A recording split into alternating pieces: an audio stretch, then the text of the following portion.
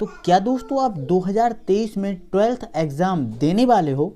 बिल्कुल, अगर देने वाले हो तो आज के वीडियो में दोस्तों हम 12th केमिस्ट्री के अंदर चैप्टर 8 और chapter 9 means D and F block element और हमारा जो उपसय संयोजी रसायन है ये, ठीक है। तो ये इन दो चैप्टरों के दोस्तों हम वेरी आईएमपी ऑब्जेक्टिव क्वेश्चंस करना चाहते हैं, करने वाले हैं। तो दोस्तों इस बार ना कोई कमी नहीं चाहिए यार, इस बार कोई कमी नहीं चाहिए, इस बार 100% आपको रिजल्ट चाहिए यार, ठीक है ना। तो बिल्कुल दोस्तों इसी की तैयारी को लेते हुए दोस्तों आज हम चैप्टर 8 और चैप्टर 9 मतलब D and F block element और उपसय संयोजी रसायन के ऑब्जेक्ट आज की वीडियो में कंप्लीट करेंगे, ठीक है। तो बहुत अच्छे से एक एक ऑब्जेक्ट को समझते हुए कंप्लीट करते हैं। तो आइए दोस्तों वीडियो को स्टार्ट करते हैं।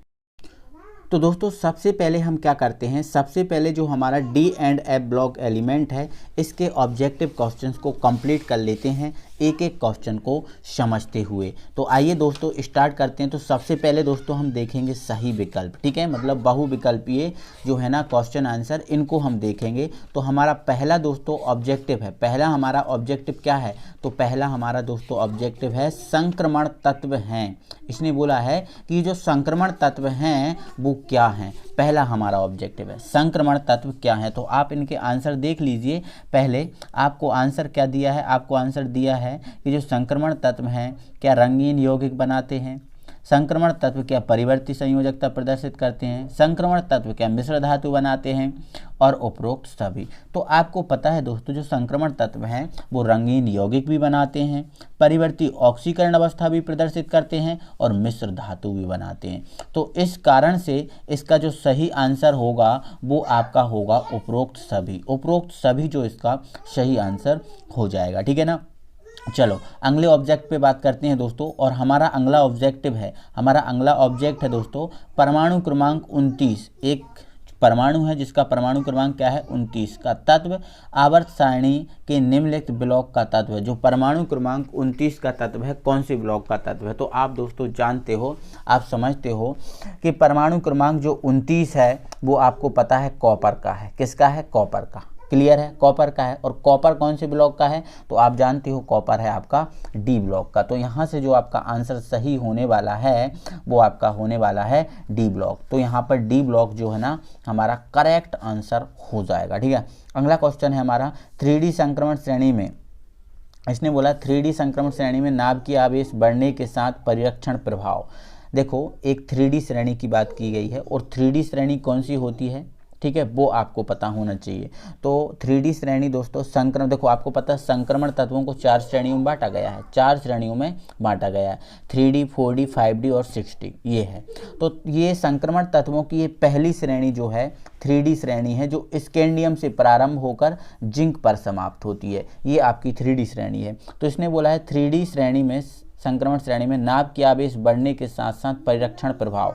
तो दोस्तों आप तो इसको मत याद रखो, आप 3D को मत याद रखो, आप ओवरऑल समझो।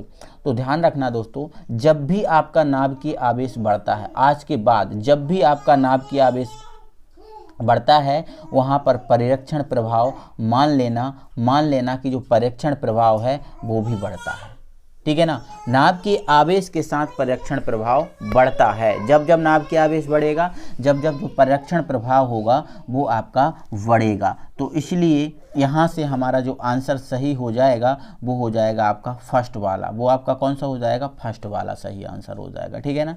तो आपको आगे याद रखना है। तो जब भी नाभ के आवेश बढ़ने की बात आए तो आप मान लेना कि यहाँ पर परिरक्षण प्रभाव भी क्या होगा, बढ़ जाएगा, ठीक है। अगला हमारा क्वेश्चन है किस संक्रमण तत्व की उच्चतम ऑक्सीकरण अवस्था है। यहाँ पर आपको कुछ संक्रमण तत्व दिए हैं स्कैंडियम, टाइटेनियम, मैग्नीशियम, जिंक। किसकी सबसे ज़्यादा ऑक्सीकरण अवस्था है आपसे ही पूछा है। तो यहाँ पर दोस्तों देख रहे हैं आप स्कैंडियम का परमाणु क्रमांक 21 होता है, ठीक है।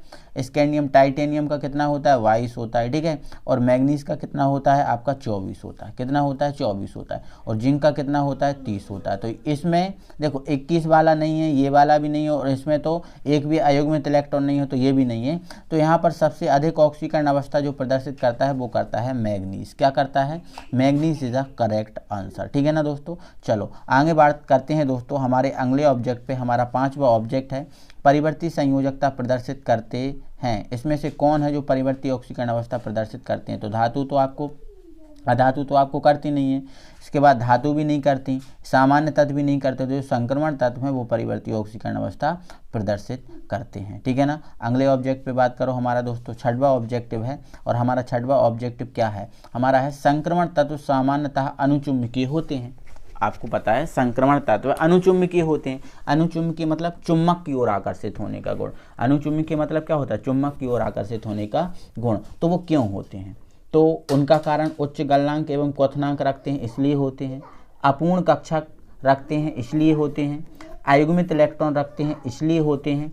आघात वर्ध और तन्य होते हैं, इसलिए होते हैं। तो इसमें सही आंसर आपका क्या है वो चीज़ आपको बताना है। तो दोस्तों ये अनुचुंबकीय गुण है, ये आपको ध्यान रखना है आज के बाद। जो अनुचुंबकीय है गुण वो अयुग्मित इलेक्ट्रॉन पर डिपेंड करता है, और अनुचुंबकीय की जगह कभी आपका चुंबकीय गुण आ जाए तो चुंबकीय गुण जो होता है वो युग्मित इलेक्ट्रॉन पर डिपेंड करता है। अनुचुंबकीय अयुग्मित पर और चुंबकीय युग्मित पर। तो जो अनुचुंबकीय गुण है वो अयुग्मित इलेक्ट्रॉन पे डिपेंड करता है, इसलिए इसका सही आंसर हो जाएगा सा वाला। ठीक है। अयुग्मित इलेक्ट्रॉन रखते हैं इसलिए अनुचुंबकीय होते हैं, और जिसके पास जिस संक्रमण तत्व के पास जितने ज़्यादा अयुग्मित इलेक्ट्रॉन होंगे वो उतना ही ज़्यादा अनुचुंबकीय होगा। इस बात को भी आपको ध्यान रखना है। ठीक है। चलो नेक्स्ट है दोस्तों हमारा अगला ऑब्जेक्टिव है। ठीक है। हमारा अगला ऑब्जेक्टिव क्या है वो आप जल्दी से देख लो एक बार। ठीक है। तो अगला ऑब्जेक्ट है परायूरेनियम तत्व के तत्व हैं जो कि, अब ये बोल रहे हैं परायूरेनियम तत्व के तत्व हैं जो कि, अब यहाँ पर थोड़ा सा अलग टाइप का और जो है ना डिफरेंट टाइप का। देखो परा देखो यूरेनियम तत्व तो हैं, लेकिन ये परा इसमें लग गया तो परा मतलब ज़्यादा होता है दोस्तों। परा मतलब क्या होता है? ज़्यादा होता है। ठीक है।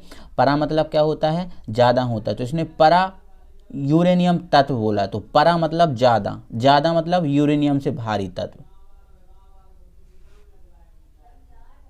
परा यूरेनियम का मतलब यूरेनियम तो है लेकिन परा लगा है उसमें, केवल क्या लगा हुआ है? परा।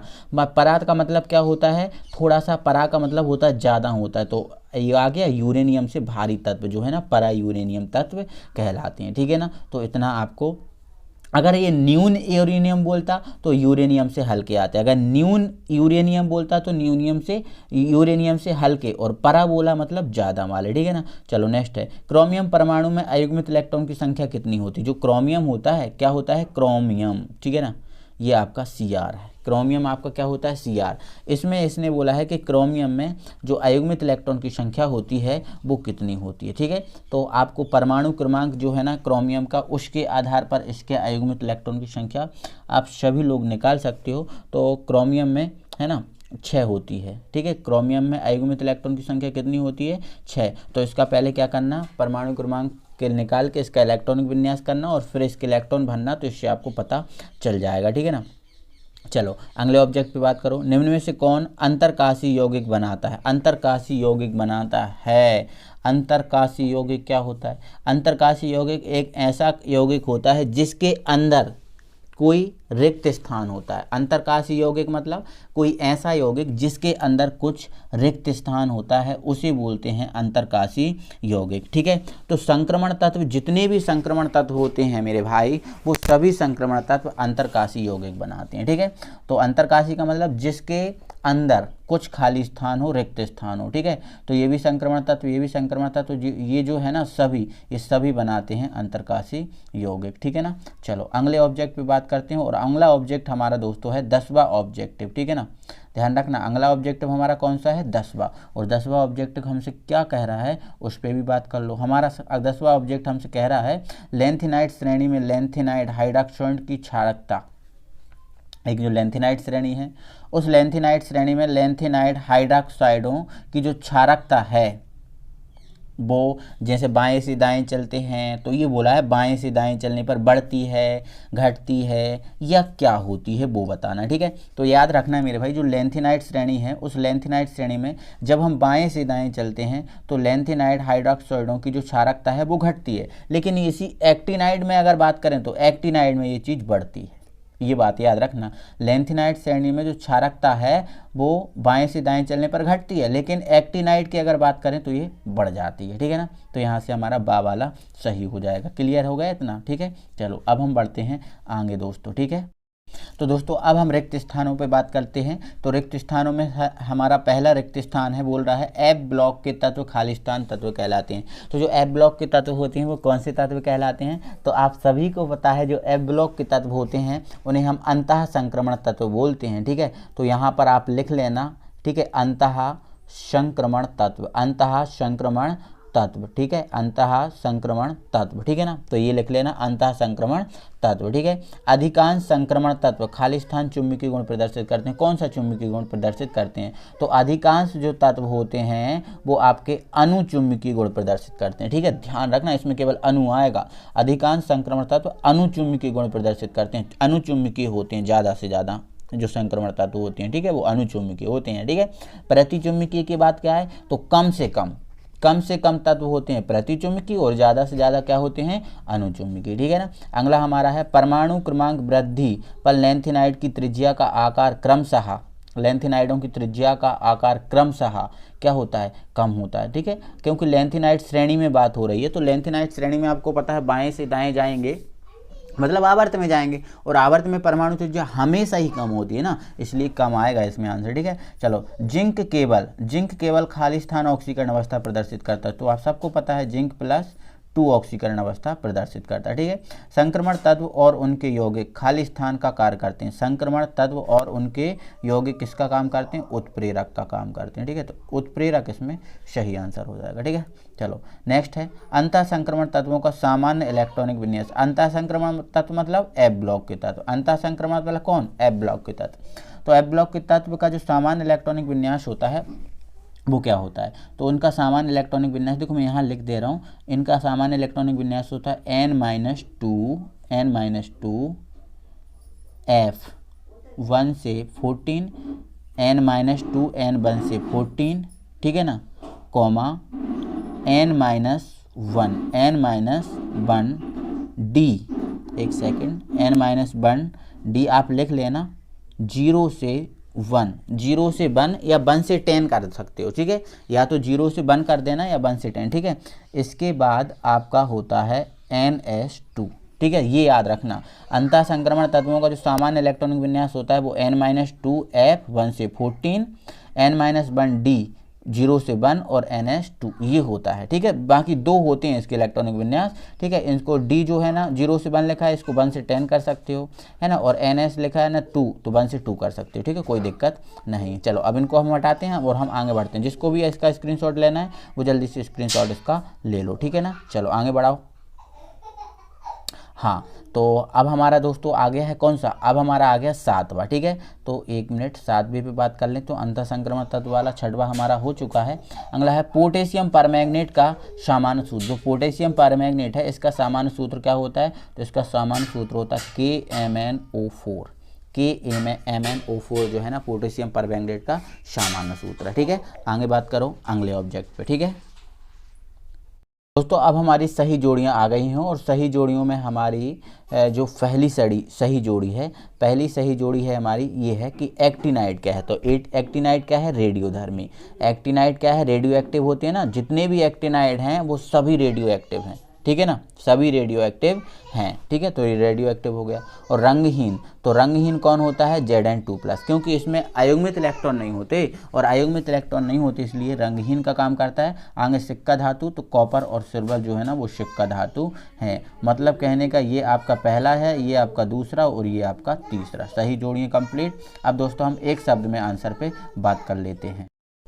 तो दोस्तों अब हमें एक शब्द या वाक्य में उत्तर दीजिए पे आंसर देना पड़ेंगे। तो हमारा यहाँ पर बोला है जिंक, एक सेकंड दोस्तों, यहाँ बोला है जिंक परिवर्ती संयोजकता प्रदर्शित नहीं करता, क्यों? जिंक परिवर्ती संयोजकता प्रदर्शित नहीं करता क्यों? ठीक है, क्यों नहीं करता? क्योंकि इसके पास अयुग्मित इलेक्ट्रॉन नहीं रहते, क्योंकि यहाँ का इसका जो परमाणु क्रमांक है वो 30 होता है, और जब परमाणु क्रमांक 30 होता है तो जब हम इसके इलेक्ट्रॉन को भरते हैं तो इसके सभी उपकोष पूर्णतः भरे होते हैं, सभी उपकोष पूर्णतः भरे होते हैं। तो यहाँ पर आपको क्या लिखना पड़ेगा? डी कक्षक पूर्ण होता है, यहाँ पर देखो आंसर आप सुन लो इसका, Zn परिवर्ती संयोजकता प्रदर्शित करता है क्यों? तो आप क्या लिखोगे इसका आंसर लिखोगे डी कक्षक पूर्ण होता है इसलिए यह परिवर्ती संयोजकता प्रदर्शित नहीं करता। तो ये आंसर लिख लोगे, ठीक है।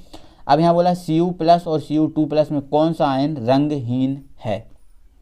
Cu+ और Cu2+ में कौन सा आयन रंगहीन है, ठीक है, ये बोला है। तो यहाँ पर जो Cu2+ है ये ज़्यादा आपका रंगहीन है, क्योंकि Cu जो प्लस है इसके पास अयुग्मित इलेक्ट्रॉन होगा, लेकिन Cu2+ के पास अयुग्मित इलेक्ट्रॉन नहीं होगा, इसलिए ये Cu2+ है वो आपका रंगहीन है, ठीक है ना। चलो इतना याद रखना। तो इसका जो सही आंसर, दूसरे का सही आंसर क्या है? Cu2+, ठीक है। एफ ब्लॉक तत्वों को कितनी श्रेणियों में बांटा गया है? तो आप सभी जानते हो एफ ब्लॉक तत्वों को 2 श्रेणियों में बांटा गया है, ठीक है। लैंथेनाइड की कौन सी ऑक्सीकरण अवस्था अधिक स्थायी होती है? लैंथेनाइड जो तत्व है इनकी कौन सी ऑक्सीकरण अवस्था अधिक स्थायी होती है, ठीक है, वो ज़्यादा स्थायी होती है, वो आपको ऑक्सीकरण अवस्था बतानी है। तो आपको ध्यान रखना है कि जो आपकी ऑक्सीकरण अवस्था +3 वाली जो ऑक्सीकरण अवस्था है वो ज़्यादा स्थायी होती है, ठीक है, +3। लैंथेनाइड तत्वों की जो ऑक्सीकरण अवस्था होती है वो +3 होती है, ज़्यादातर तत्व +3 ऑक्सीकरण अवस्था प्रदर्शित करते हैं, ठीक है। नेक्स्ट है Fe2+ में अयुग्मित इलेक्ट्रॉनों की संख्या कितनी होती है? Fe2+ में, किसमें? Fe2+ में अयुग्मित इलेक्ट्रॉनों की संख्या कितनी होती है? Fe2+ की बात की है। तो Fe2+ में अयुग्मित इलेक्ट्रॉन की संख्या कितनी होती है वो आप चेक करो, वो आप पता करो। तो Fe2+ में अयुग्मित इलेक्ट्रॉन निकालना है। तो आपको बता दें Fe का परमाणु क्रमांक कितना होता है? Fe का कितना होता है?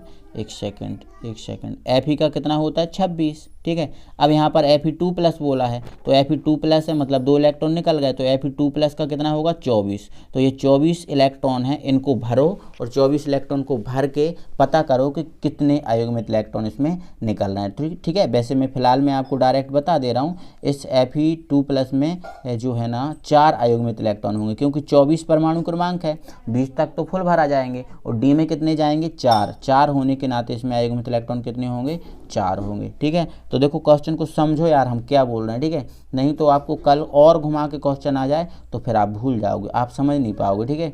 तो इसमें का आंसर क्या हो जाएगा? 4 हो जाएगा 5वें का, ठीक है।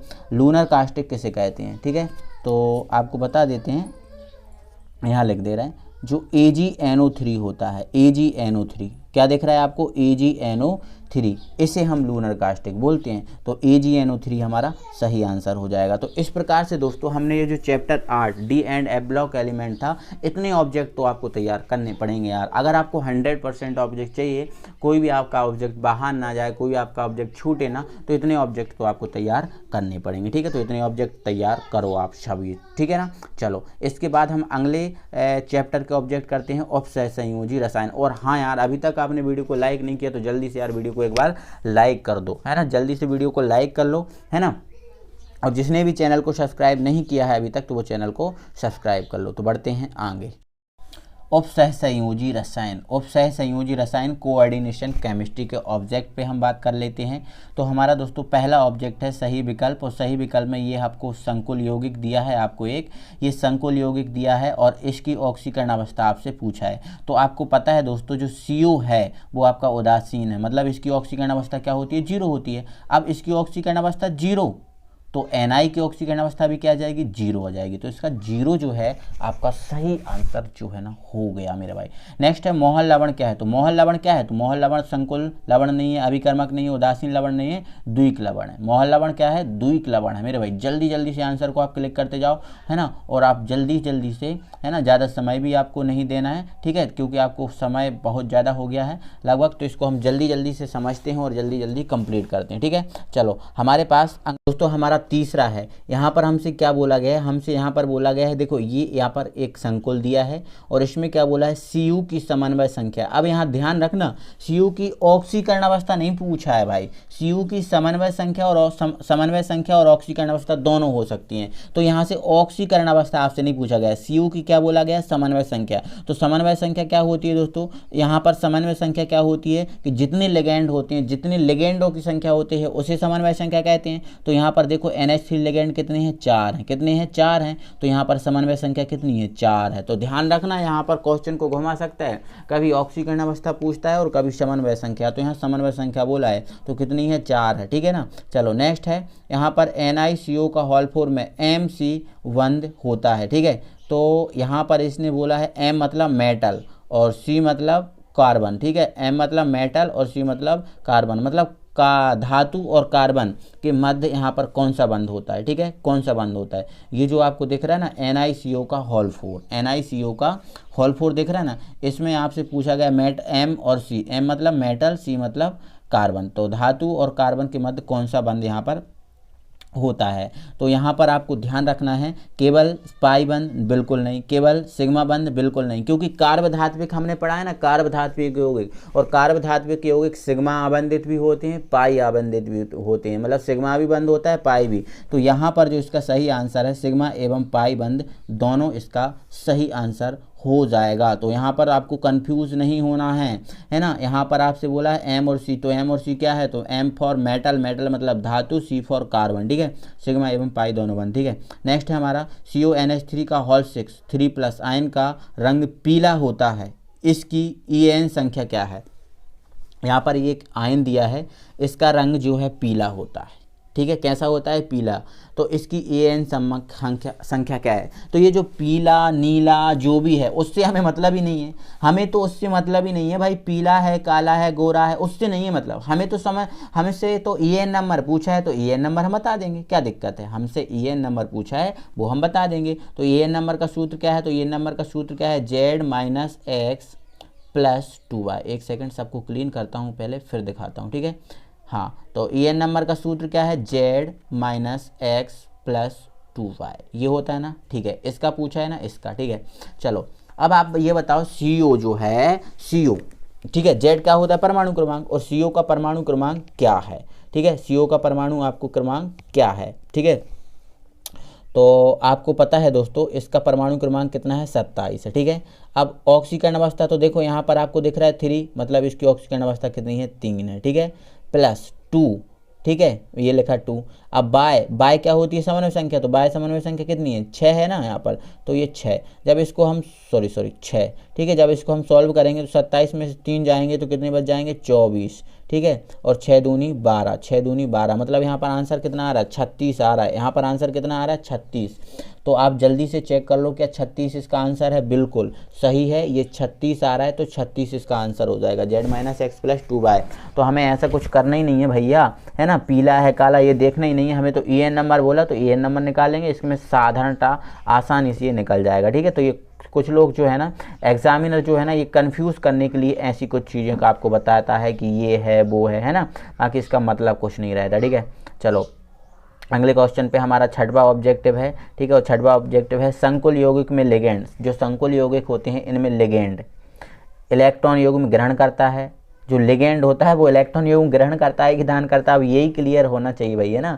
तो संक्रमण तत्व होते हैं भाई, उसमें लिगेंड इलेक्ट्रॉन युग्म का दान करता है भाई, दान करता है, ठीक है, तो इलेक्ट्रॉन युग्म का दान करता है। तो ऐसे क्वेश्चन बनते हैं, देखो कितने आसानी से क्वेश्चन है ना, और अगर आपको नहीं पता होगा तो ये चीज़ें आप गलत कर देते हो, ठीक है। चलो नेक्स्ट है, निम्नलिखित में से कौन सा लिगेंड कीलेट बनाता है, ठीक है, क्या एसीटेट बनाता है, क्या साइनाइड बनाता है, क्या अमोनिया बनाता है, ठीक है। तो भाई एसीटेट नहीं बनाता, साइनाइड नहीं बनाता, है ना, अमोनिया नहीं बनाता, कौन बनाता है, तो यहाँ पर जो है ना, जो ऑक्सीलेट DMG डाईमेथिल ग्लाई ऑक्सीमेट बनाता है ना, तो ऑक्सलेट, जो ऑक्सलेट है वो आपका कीलेट बनाता है, क्योंकि ये बहुदंतुल लिगेंड, कीलेट वही बनाते हैं जो बहुदंतुल लिगेंड होते हैं, ठीक है। चलो आगे बात करो, ऑक्सलेट हो गया इसका सही आंसर, ठीक है।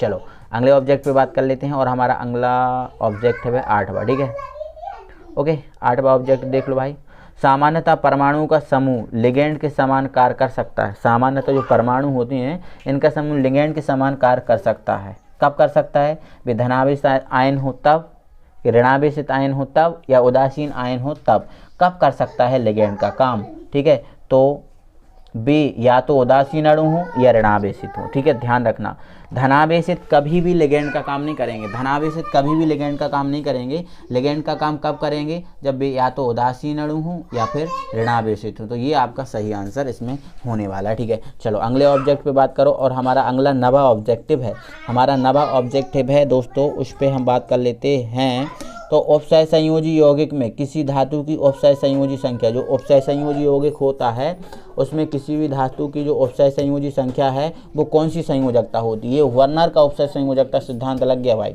ठीक है।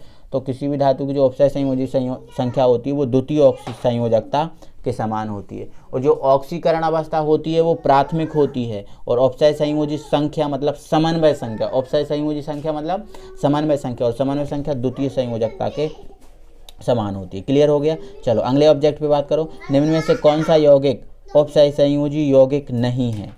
इसमें आपको कुछ यौगिक दिए हैं, इनमें से कौन सा यौगिक जो है वो उपसय संयोजी यौगिक नहीं है। तो इसके जो 4 हैं वो आपके आंसर यहाँ पर देखो है ना, पोटेशियम फेरोसाइनाइड, ठीक है। एक सेकंड इसको छोटा ही कर लेता हूँ ताकि आपको क्वेश्चन भी दिख जाए, ठीक है। इसको आप क्वेश्चन भी आप इसका देख सकते हो, ठीक है। निम्न से कौन सा यौगिक उपसय संयोजक नहीं है। Potassium ferrocyanide, ferrous ammonium sulphate, potassium ferrocyanide, ठीक है, टेट्रायामीन कॉपर, है ना, सेकंड सल्फेट। तो इसका सही आंसर क्या है, तो 10वां का जो सही आना फेरस अमोनियम सल्फेट है वो उपसय संयोजी यौगिक नहीं है, फेरस अमोनियम सल्फेट, ठीक है। तो इसका सही आंसर हो जाएगा। अब दोस्तों हम आगे बढ़ते हैं, ठीक है, चलो आ जाओ। तो दोस्तों अब हम रिक्त स्थानों पे पहुंच गए हों। रिक्त स्थान नंबर हमारा 1 है। वे यौगिक जिनमें खाली स्थान कार्बनिक समूह के कार्बन से जुड़ा होता है कार्बधात्विक यौगिक कहलाते हैं। तो सिंपल सी बात है भाई, इसमें क्या आ जाएगा, धातु आ जाएगा। क्या आ जाएगा, धातु, ठीक है।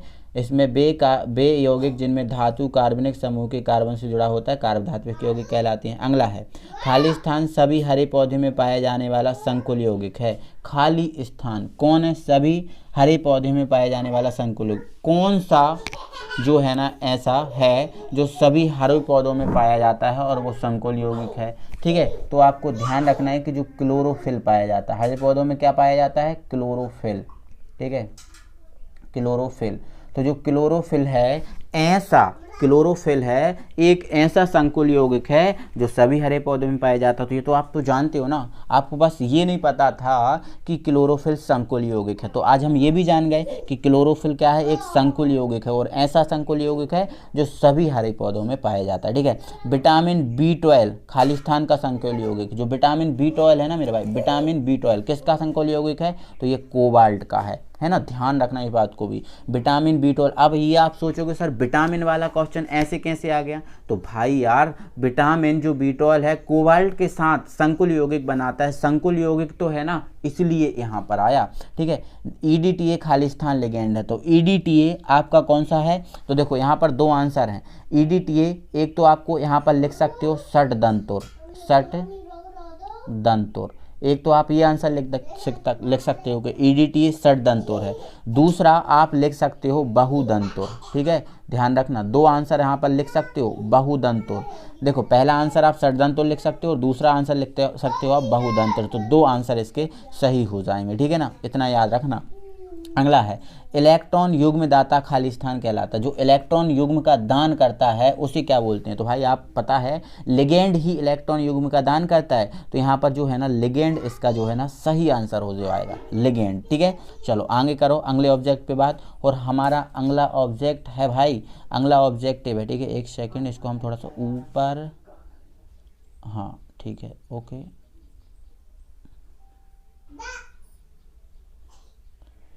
ठीक है, कोई दिक्कत नहीं। हाँ इलेक्ट्रॉन युग्मदाता EDTA हो गया। लिगेंड तथा धातु आयन के मध्य, जो लिगेंड होता है और धातु आयन के मध्य उपसय संयोजी बंध बनता है, ठीक है। तो यहाँ पर आपको लिख लेना है उपसय संयोजी बंध, उपसय संयोजी बंध पूरा लिख लेना, उपसय संयोजी बंध, ये जानते हो, ठीक है, लिगेंड तथा धातु आयन के मध्य, ठीक है। अगला है प्रस्फुटरोधी कार्बधात्विक यौगिक। प्रस्फुटरोधी कार्बधात्विक यौगिक कौन है, मतलब जो विस्फोटक का कार्य करते हैं, ठीक है, जो विस्फोटक का कार्य करते हैं उसे बोलते हैं प्रस्फुटरोधी, ठीक है, कार्बधात्विक यौगिक। तो वो क्या है, टेट्रा एथिलीन लेड, ठीक है। प्रस्फुटरोधी कार्बधात्विक यौगिक कौन है, वो कौन है, तो टेट्रा एथिलीन लेड, ठीक है, टेट्रा लिख लो यार, आप लिख लो, है ना, tetra ethylene lead, tetra ethylene lead, है ना। टेट्रा एथिलीन लेड है, ये प्रस्फुटरोधी कार्बधात्विक यौगिक है, ठीक है। चलो अगला है, उपसय संयोजकता का सिद्धांत किसने दिया था, वर्णन ने दिया था। उपसय संयोजकता का सिद्धांत किसने दिया था, वर्णन ने दिया था, ठीक है। चलो अगले ऑब्जेक्ट पे बात करो, ठीक है। ओके हाँ, फेरोसिन में 2 साइक्लोपेंटाडाइनिल रिंग के बीच खाली स्थान परमाणु होता है। तो बिल्कुल यार भाई, कौन सा परमाणु होता है, आयरन परमाणु होता है ना भाई, एपी, ठीक है। चलो नेक्स्ट है हमारा ऑब्जेक्ट है हीमोग्लोबिन आयरन का। हीमोग्लोबिन आयरन का क्या है, हीमोग्लोबिन आयरन का संकुल यौगिक है। हीमोग्लोबिन आयरन का क्या है, संकुल यौगिक है, ठीक है। तो ये हमारे सभी रिक्त स्थान कंप्लीट हुए। अब हम दोस्तों बढ़ते हैं। तो दोस्तों अब हम बात कर लेते हैं सही जोड़ियों पे। सही जोड़ी नंबर हमारे 1 है कि जो EDTA है, इसने बोला गया है, एक सेकंड इसको मैं थोड़ा सा अच्छे से कर रहा हूँ। EDTA क्या है, तो EDTA आपका है बहुदंतुल्य लिगैंड, तो ये सही होगा पहला वाला, ठीक है। EDTA बहुदंतुल्य। अब दूसरा है क्लोरोफिल। तो क्लोरोफिल किस में पाया जाता है भाई, क्लोरोफिल मैग्नीशियम धातु में, ठीक है। तो ये आपका मैग्नीशियम में हो गया, ठीक है। क्लोरोफिल एक संकुल है जो सभी पेड़ पौधों में पाया जाता है, ठीक है। नेक्स्ट है नाइट्रेटो। तो नाइट्रेटो क्या है, तो नाइट्रेटो है आपका ऋणात्मक लिगैंड। नाइट्रेटो आपका क्या है भाई, ऋणात्मक लिगैंड है, ठीक है।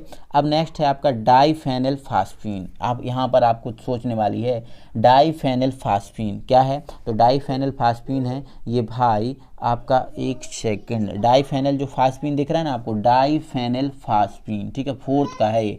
तो डाइफेनिल जो फास्फीन है ये आपका डाइफेनिल फास्फीन ये आपका उदासीन लिगैंड है, ठीक है, ये आपका उदासीन लिगैंड है।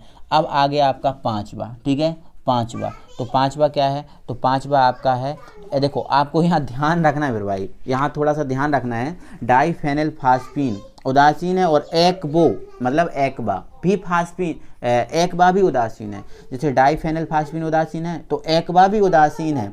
बट जो डाइफेनिल फास्फीन उदासीन तो है लेकिन एक दंत और धनात्मक लिगैंड नहीं है, तो इन दोनों में से इसके आंसर नहीं होते। इसलिए हमें डाइफेनिल फास्फीन को उदासीन में लगाना पड़ेगा, और एकबा जो है उदासीन तो है और उसके साथ में एक दंतुर भी लिगैंड है, ठीक है।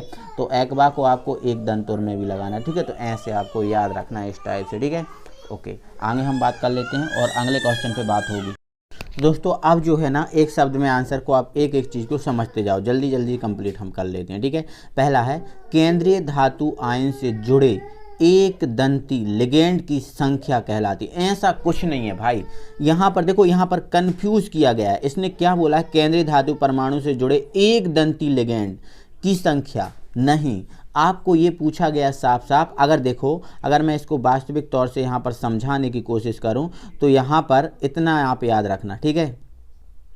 केंद्रीय धातु आयन से जुड़े लिगैंड की संख्या कहलाती है। तो आपको पता है लिगैंड की संख्या जितनी होती है वही तो समन्वय संख्या होती है भाई, समन्वय संख्या। तो यहाँ पर एक दंती जो लगा था केवल आपको कंफ्यूज करने के लिए लगा था। कभी आपसे द्विदंती बोल दे, कभी आपसे बहुदंती बोल दे, ऐसा कुछ नहीं है। द्विदंती बहुदंतु कुछ भी हो, आपको लिगैंड की संख्या मिल जाए मतलब वो आपकी क्या है, उपसय संयोजी संख्या या समन्वय संख्या। तो इसका सही आंसर क्या हो जाएगा, और इसका सही आंसर उपसय संयोजी संख्या या समन्वय संख्या। आप लिख लेना इसको, ठीक है। नेक्स्ट है डाइक्लोरो टेट्राएमीन प्लेटिनम 4th, एक सेकंड, आयन है और ये क्या है, आयन है, ठीक है। तो इसका सूत्र लिख के मैं बता दे रहा हूँ, यहाँ पर लिख दे रहा हूँ, Cl2। यहाँ पर क्या बोला, डाइक्लोरो टेट्राएमीन मतलब NH3 का होल 4, टेट्राएमीन प्लेटिनम, ठीक है। और 4th बोला गया, ठीक है, 4th। तो यहाँ पर आपको करना क्या है, 4th बोला गया तो 2 तो यहाँ से निकल जाएगी, 2 ऑक्सीकरण अवस्था तो यहाँ से निकल जाएगी, ठीक है। अब यहाँ पर आपको क्या करना है, 4+ कर लेना है, ठीक है।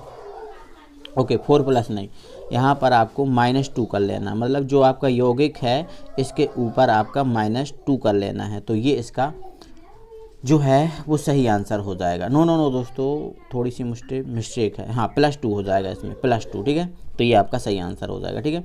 हाँ, तो ये आपका dichloro tetraammine platinum 4th, ion का सूत्र क्या है, ये है PtCl2 NH3 का होल 4, इसके ऊपर 2+, ये सही आंसर है, ठीक है। चलो अगले ऑब्जेक्ट पे बात करो।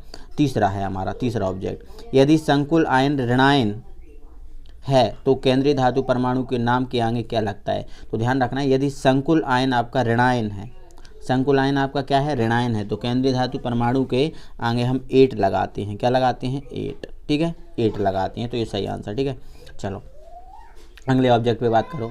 हमारा अगला ऑब्जेक्ट है, ठीक है, 4th वाला है हमारा। ठीक है, तो बे, यहाँ पर पढ़ते जाओ समझते जाओ। बे योगशील यौगिक जो क्रिस्टल जालक के रूप में ही स्थायी होते हैं किंतु जलीय विलयन में अपने यौगिकों में टूट जाते हैं। मतलब ये बोला बे यौगिक जो ठोस अवस्था में स्थायी लेकिन जलीय विलयन में टूट जाते हैं, उन्हें बोलते हैं हम द्विक लवण। ठीक है, द्विक लवण उसे हम बोलते हैं, सही आंसर। ठीक है, बे आणविक यौगिक जो योगशील यौगिक जिनका अस्तित्व जलीय विलयन या विलायक के रूप विलयन में भी विद्यमान रहता है। मतलब कहने का मतलब ये है कि बे आणविक यौगिक जो ठोस अवस्था में और जलीय विलयन में दोनों अवस्था में स्थायी होते हैं, विलयन विलायक के विलयन में भी विद्यमान रहता है, मतलब वो टूटते नहीं है, वियोजित नहीं होते, तो उनको बोलते हैं हम संकुल यौगिक। ठीक है, तो संकुल यौगिक जो है ना, इसका सही आंसर है संकुल यौगिक। ठीक है, चलो संकुल यौगिक हमारा छठवां ऑब्जेक्ट है हमारा। लिगेंड में वह विशिष्ट परमाणु जो वस्तुतः इलेक्ट्रॉन युग्म देता है। तो आप भाई जानते हो यार, इसको तो जानते हो ना। ठीक है, वो क्या कहलाता है आपका, लिगेंड में वह विशिष्ट परमाणु जो वस्तुतः इलेक्ट्रॉन युग्म देता है।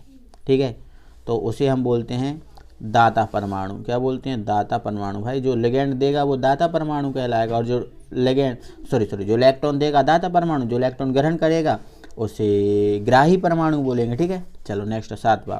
धातु या धातु आयन के साथ संयोजन का जब कोई बहुदंतु लिगेंड चक्रीय संरचना वाला, तो भाई चक्रीय आ गया ना, तो चक्रीय क्या होता है, कीलेट होता है, तो कीलेट इसका सही आंसर। ठीक है, चलो अगला है केंद्रीय धातु आयन या तथा उससे जुड़े हुए लिगेंड को एक बड़े कोष्ठक के अंदर रखते हैं, इसे क्या कहते हैं। ठीक है, बड़े कोष्ठक के अंदर रखते हैं, उसे क्या कहते हैं, तो इसे बोलते हैं उप सह संयोजन मंडल। ठीक है, जो बड़ा ब्रैकेट के अंदर जो भी होता है उसे क्या बोलते हैं, उप सह संयोजन मंडल। उप सह संयोजन मंडल यहाँ पूरा लिख लेना, उप सह संयोजन मंडल या उप सह संयोजन क्षेत्र हो जाएगा। ठीक है, चलो आगे बात करो, एक सेकंड। अगले ऑब्जेक्ट पे हम बात कर लेते हैं। हमारा 9वां है उप सह संयोजन संख्या 6 वाले संकुल आयन का आकार। तो यहाँ पर लिख लेना अष्टफलकीय, है ना, जिसकी उपसह संयोजन संख्या 6 होती है, समन्वय संख्या, उसके आकार क्या होता है, अष्टफलकीय। ठीक है, नेक्स्ट है हमारा बर्नर की प्राथमिक संयोजकता निर्मित बंध होते हैं। तो आपको ध्यान रखना आयनिक बंध, जो बर्नर की प्राथमिक संयोजकता है वो आपकी आयनिक बंध से निर्मित होती है। तो आयनिक बंध या फिर विद्युत संयोजी बंध भी बोलते हैं, आयनिक बंध या विद्युत संयोजी बंध होता है। तो दोस्तों हमारे ये आपके जो है ना यूनिट जो 8 मतलब D and F block element और जो आपका उपसह संयोजी रसायन है, इसके हमने सभी ऑब्जेक्ट आपको बताए हैं क्रम से। अगर आपको इसकी पीडीएफ चाहिए तो ये हमारी जो पीडीएफ है हमारे टेलीग्राम चैनल पे प्रोवाइड की जाएगी, बट ये पासवर्ड जनरेटेड है, तो इसका जो पासवर्ड है वो है आपका RSP। ठीक है, कैपिटल R, कैपिटल S और कैपिटल P। ठीक है ना दोस्तों, चलो मिलते हैं तो अगले वीडियो में, तब तक के लिए थैंक यू वेरी मच। और वीडियो को लाइक और चैनल को सब्सक्राइब करना बिल्कुल भी ना भूलें दोस्तों।